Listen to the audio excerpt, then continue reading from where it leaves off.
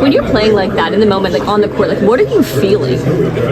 I'm in the zone. I mean, I feel like I'm in my backyard, just out there, just hooping and just trying things out. I think it's like a zone that every hooper knows. Like when you're just in that zone, it's hard to get out of, and nothing like you can't hear anything. You just see the ball in the basket, and that's not the type of zone I was in tonight. Did you know you were on the cusp of a career high, and that's why? Yeah, I knew I had 30, so I'm like, I told Ellie, I said, bro, I need like at least 32 or 32 plus. So I didn't want to time my career, so I was glad I got 36. RJ, how do you feel about the way your zone that you're in right now is translating, throughout the entire team, especially during this winning streak? You guys win all these games by double digits, and they're following your lead on this, right? Yeah, I mean, it's great. I mean, for us to capitalize off these wins and do the things that we're doing as a team, it's great. Because I think, all of us win and all of us eat, and we're doing a phenomenal job of just, playing Carolina basketball and our brand of basketball. It's fun to watch. It's even fun to play. So, and then the credit's not all to me; it's all to my teammates. They do a good job of just, knowing when to find me and vice versa. So, the chemistry's real for this team. What actions were really working with you on those drives? Say it again, I'm sorry?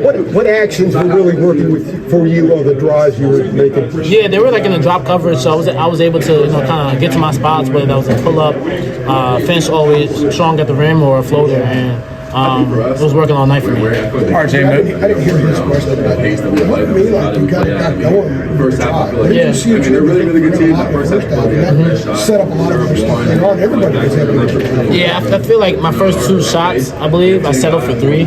Coach Davis always said I was able to, kind of off the curl, pin downs, I was able to get to the rim, and that's what I saw. So after the shots weren't really going down from three, had to be more aggressive and trusting going to the paint. And what was working was the floater and finishing strong, either get fouled or finish it through contact. So that's what was working, and I got downhill all game. In this first half, the team's first 10 shots were threes. Only 2 of the next 20 were threes. Was that something that we talked to you guys about, or was it just how things played out? I mean, that was one of the key emphasis, key points going to this game was living the paint.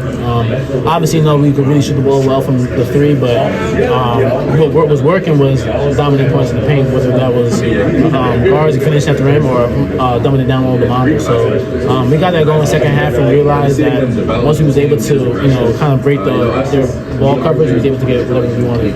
RJ, most points by a Tar Heel since 2016 with Bryce Johnson at 39. Most points by a Tar Heel in this building since Tyler Hansbrough in 2008. What does that mean to you?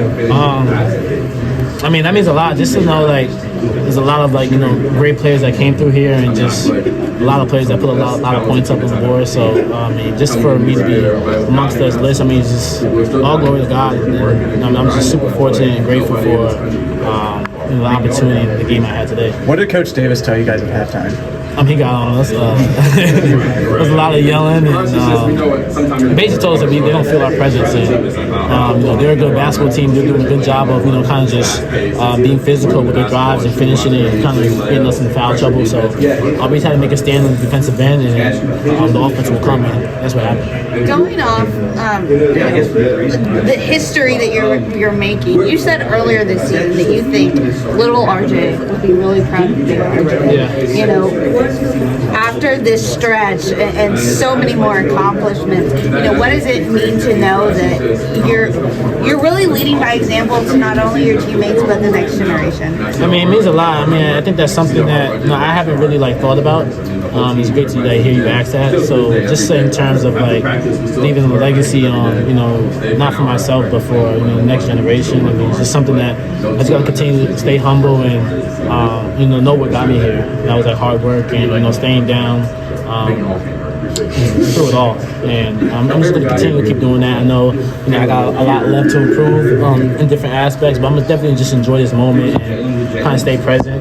But at the same time, also kind of just be the leader, be the true leader I know I am. Was ACC Player of the Year one of your goals coming into the season, and has it developed into it? I don't really like to discuss my goals out loud, so we'll see what happens at the end of the year. What areas have you raised the point where you just sense when the team needs you to just kind of put them on your shoulders for 3-minute sequences? And did you have that point tonight, especially in the first half? I just know from my standpoint is just always be aggressive no matter if we're up or down. Just always be in attack mode because I feel like that's better for the team. It's an advantage for us, whether I'm scoring or dishing it out for others. So I just happened to be in a situation in the zone where everything just felt like if our shot is going in. So I think that's good for us, but at the same time, I know my teammates trust me and I trust them. So it may be me one game, but I know for a fact that it could be somebody else the next game, and that's what just speaks for this team. And I'm just super fortunate for it happening for me. Were you serious?